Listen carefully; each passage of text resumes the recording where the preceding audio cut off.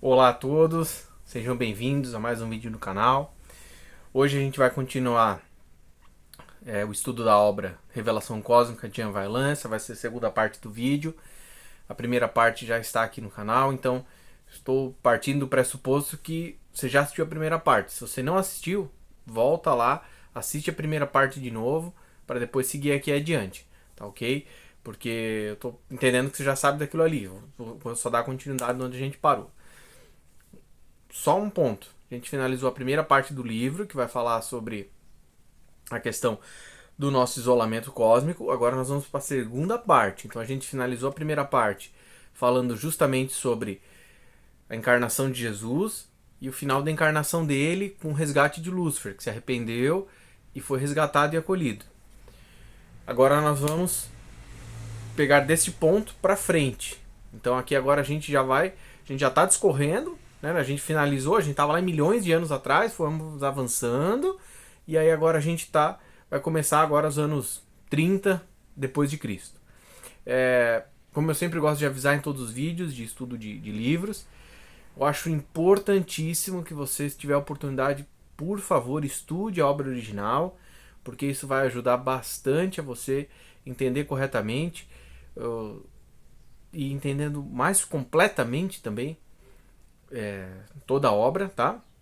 Porque pode ser que eu fale alguma coisa aqui que eu me confunda, que eu não me expresse direito. Eu sempre gosto de também deixar ressaltado, eu trago uma visão geral da obra e coisas que tocaram meu coração que eu achei interessantes compartilhar. Mas quando você faz a leitura da obra, pode ser que tenha outros pontos que eu não mencionei aqui, mas que são importantes de conhecimento, de aprendizado para você. Então, se tiver oportunidade, por favor, faça a leitura da obra, tá? O livro Revelação Cósmica tem livro físico, tem o livro digital, tá? Eu fiz a leitura pelo Amazon no Kindle, né? No momento dessa gravação do vídeo, o livro está no Kindle Limited, que é um negócio que vale bastante a pena. Tem muitas obras de Jean Vaillant lá. Então fica a recomendação, tá bom? Então vamos lá.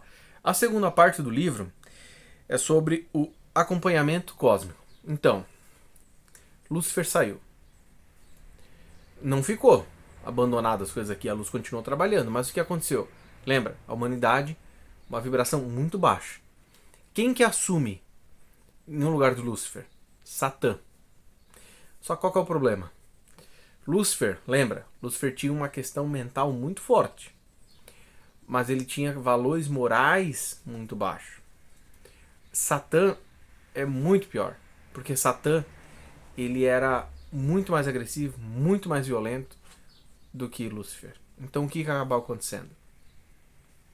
As coisas pioraram ainda mais. A luz continuou trabalhando, a luz continuou buscando ajudar essa humanidade, mas lembra que lá atrás já se tinha uma dificuldade enorme de ajuda da luz, porque a humanidade aqui muito primitiva e comprava demais ideias de violência e toda aquela política anticrística. Conforme isso foi acontecendo, de Satã assumindo o poder, claro, aqui eu estou representando um só, mas tem vários outros espíritos negativos trabalhando junto, a coisa só foi piorando. Chegando mais espíritos para cá, degradados outros planetas, estão mais espíritos complicados chegando. Aí chegou um ponto que o Jean Vaillant vai nos explicar, porque a lógica é: a gente está vivendo aqui encarnado, vamos fazer coisas boas, vamos escolher coisas boas. Vamos fazer coisas ruins, vamos escolher as coisas ruins. Só que a densidade da humanidade aqui, da psicosfera, da energia que estava tão densa, tão complicada, que teve uma inversão nessa lógica. Onde você aqui na Terra plantava tudo e tu não conseguia ter tempo aqui, porque tu desencarnava muito rápido, imagina, um monte de guerra, um monte de coisa, tu morria lá com 40 anos, tu nem conseguiu pagar a dívida que tu fez. E aí tu ia lá pro plano espiritual e lá tu pagava. Então começou a entrar um ciclo vicioso de encarna, muitas decisões erradas, porque a humanidade aqui vibrando nessas coisas erradas, aí débito, desencarna, porque se ela deu uma briga no bar e levou uma facada e morreu. Não tinha medicina avançada para curar, desencarnou. Vai pra lá, umbral, vibrando no mal, tem uma oportunidade, encarna de novo, e ficava nesse ciclo. Tem? E aí quem conseguia dar uma melhoradinha em uma coisa, aí tinha a chance né? A chance de si próprio, não é porque Deus não estava dando oportunidade, não. É porque aí, não, beleza, então agora tu consegue uma coloniazinha, show. Pô, então agora tu consegue talvez planejar um pouquinho a tua encarnação, entende? Pra conseguir dar uma melhoradinha que seja. E isso ficou, meus irmãos, minhas irmãs, essa psicosfera densa por todo o tempo, até, e olha como é que são as coisas, a gente já estava num momento muito difícil de humanidade primitiva com Abraão, com Moisés. A gente caiu. Imagine, pensa, veio Jesus para cá. Cristo cósmico encarnado. A sua face encarnada aqui. E o que acontece? Era pra gente dar um salto evolutivo. A gente afundou. Que aí nós chegamos lá na Era das Trevas. Então lembra? A luz conseguiu aplacar, por exemplo, essa visão religiosa. Dizer assim, ó, só tem um Deus. Não tem mais esse monte de Deus vocês crendo, todas essas coisas. Show. Mas aí as trevas dominaram todo o cristianismo. Então Jesus veio para ensinar uma política. Política de amor, de fraternidade, de união. Que eu gosto de chamar de política do cordeiro.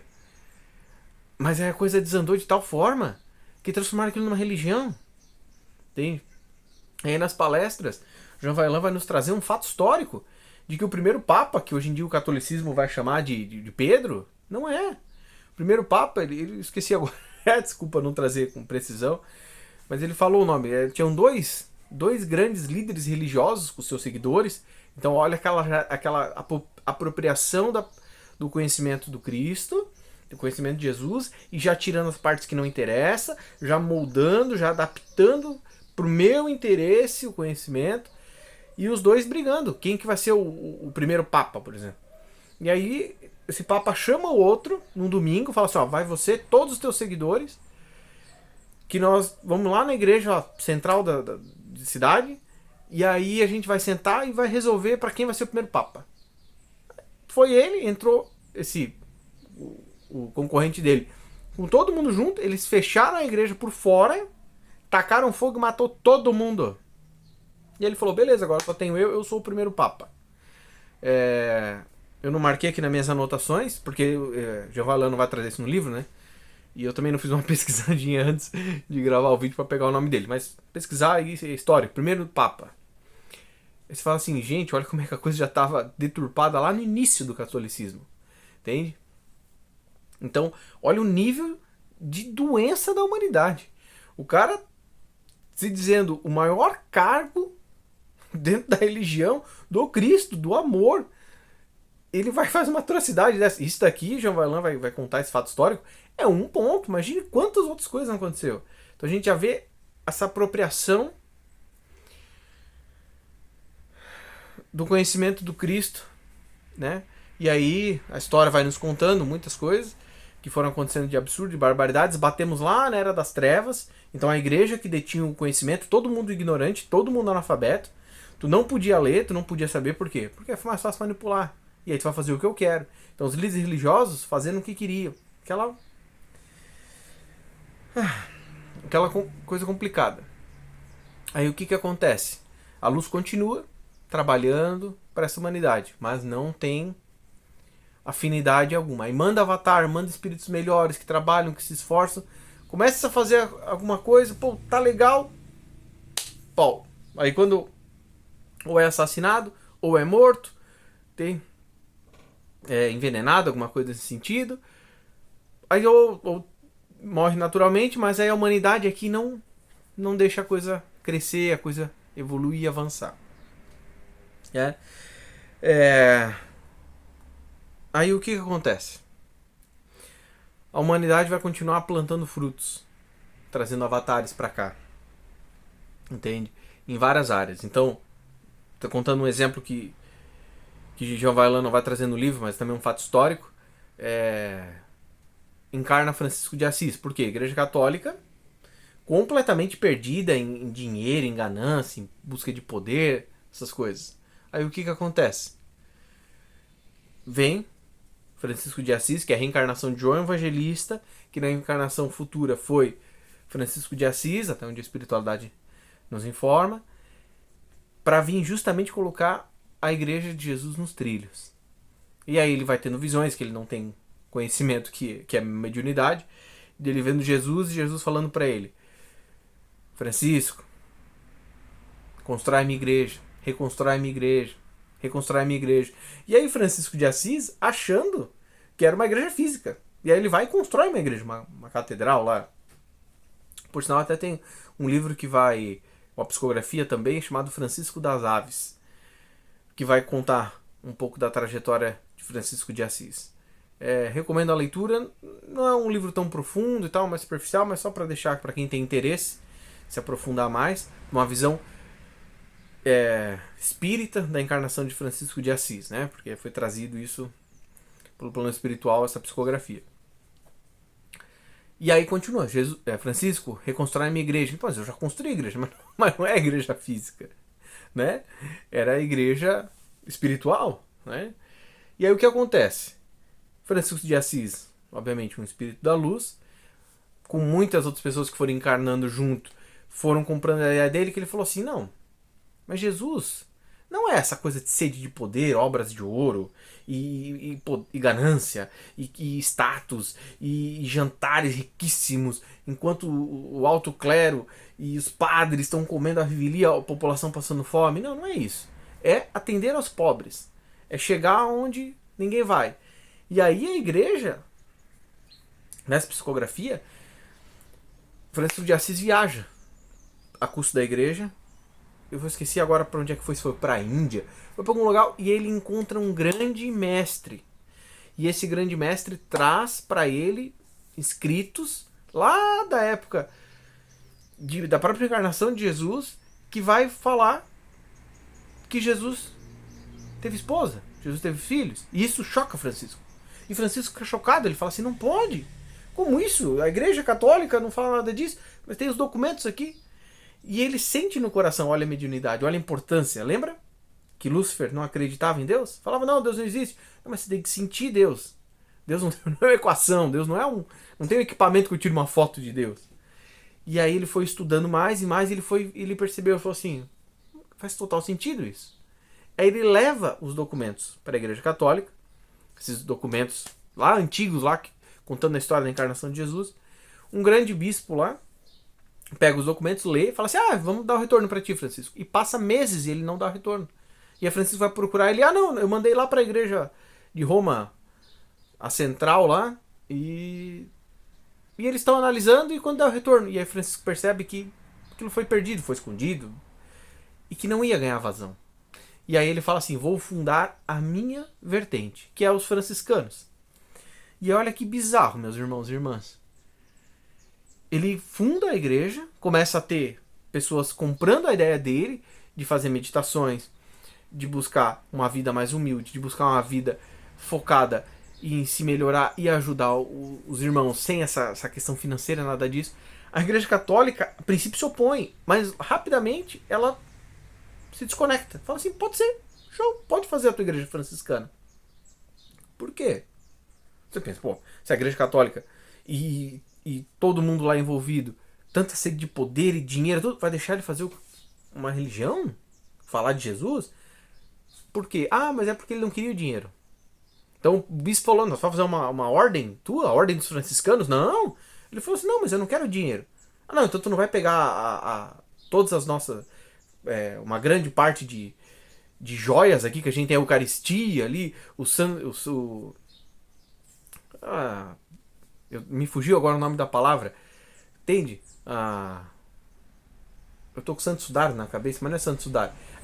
As ferramentas, as joias de ouro ali que as igrejas ostentavam, né? Onde ficava aquela Eucaristia grande, que agora que me fugiu o nome agora, e todas as coisas. Não, o Francisco falou, não preciso nada disso.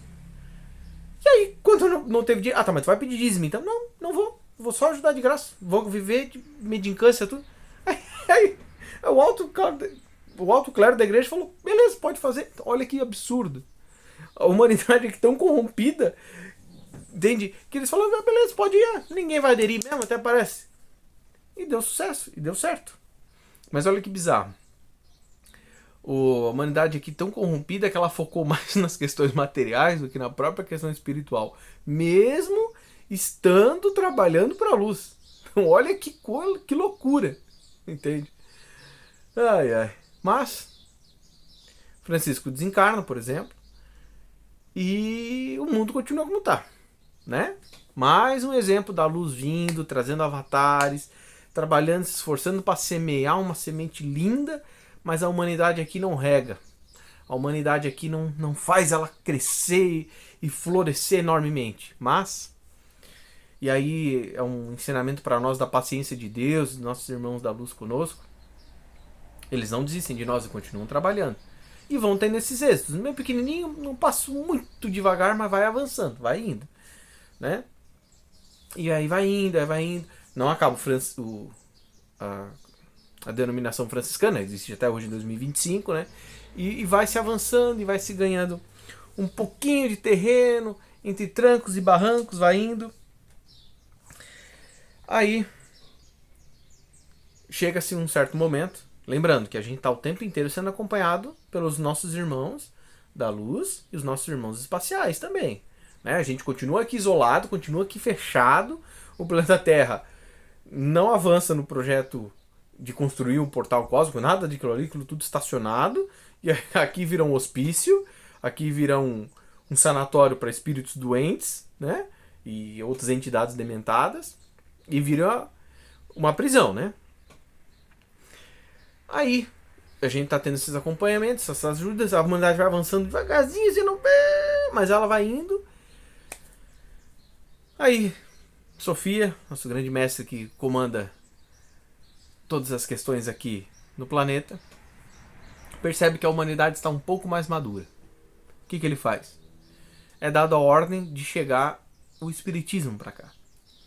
Então a humanidade já está apta a receber a terceira revelação, que é o espiritismo.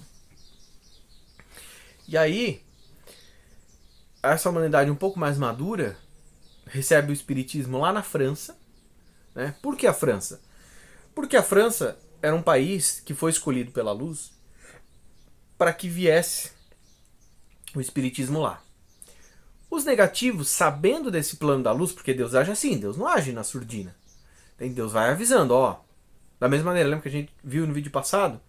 Já foi sendo avisado. E o Lúcifer falou, até parece que vai encarnar um Messias, até parece que um espírito tamanha evolução vai encarnar num corpo físico desse, denso.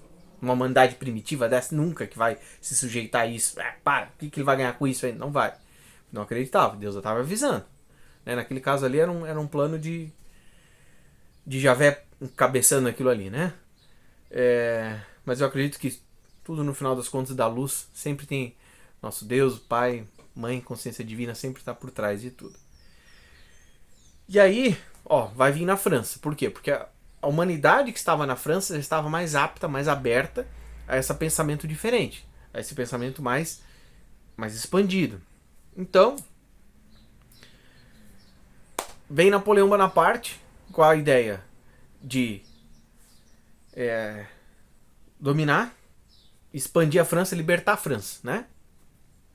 Eu não vou aqui saber no detalhe a história da França, mas até onde eu sei a França estava sendo oprimida, tudo, vem Napoleão com as questões bélicas a interesse da burguesia para libertar a França. Só que aí os negativos vêm, potencializam ele e Napoleão um ego enorme, ele não quer só libertar a França. Ele vai querer agora dominar o mundo inteiro. E aí fez aquelas barbaridades que a história nos conta, né? Perder a mão, aí conquista um país e outro, e vai toda aquela atrocidade.